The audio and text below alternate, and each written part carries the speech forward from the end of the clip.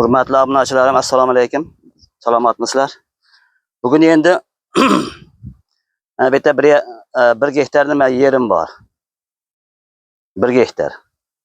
Shunga xloropoz, machavina ustidan barkidan oziqlantirishni ko'rsataman. Mana 25 talik idishimiz.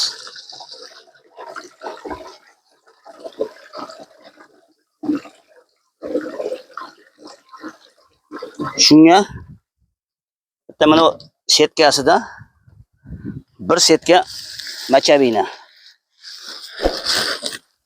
Mana machavina. Machavina 1 setka.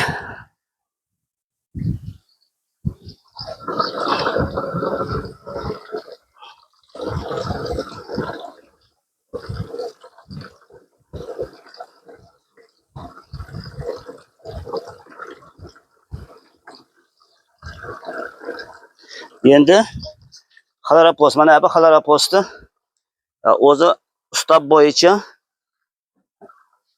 50 gram qo'shishimiz kerak. Ustob bo'yicha. Men bunga 25 gram qo'shaman. Chunki meni makkamda bu silos uchun ekkan makka jo'xorim, silos. Xudo xolasa yana ekib qo'ylarda bo'lib qoladi. Shuning uchun buni haftada bir marta machavina bilan barkidan oziqlantirib turaman.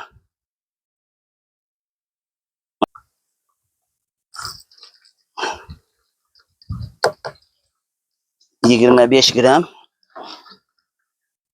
olaman.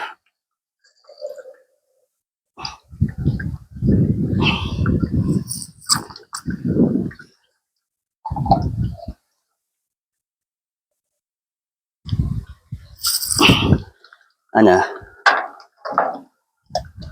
Endi mana bunaqa nima bor? O'sha preparat bor. Shundan bitta nima bo'yicha 3 ta deyilgan o'zi. 2 ta qo'yaman men. 2 qopoq. Ana endi mana hamma aytgan narsalar bo'ldi. To'lka suv quyamiz, bo'ldi shu bilan.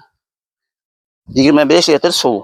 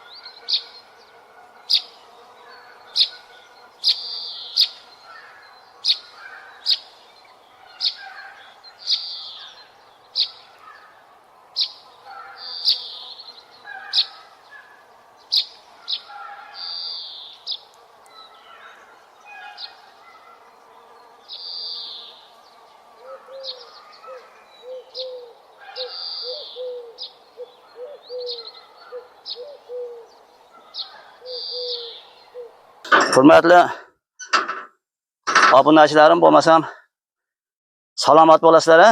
Salomat bo'lishga majbursizlar. Har safar aytyapman bu so'zni, chunki sog'lom odamgina mehnat qiladi. Mehnat qilgan odam sog'lom bo'ladi. Unutmanglar, mana shu shiorni har doim yodlaringda saqlab yuringlar.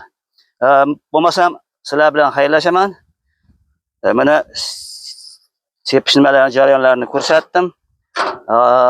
Like bossalaring juda ham ishimizni rivojiga hissa qo'shgan bo'lasizlar. Salomat bo'lasizlar, bo'lmasam salomat bo'linglar. Buni men nima qilganimki, uni qaranglar, bironta yordam kerak emas ekanda bunda. Shundagina o'zingiz yelkangizga olsa mana bunday yurgizib olib turib ketaverasiz ekan. Mana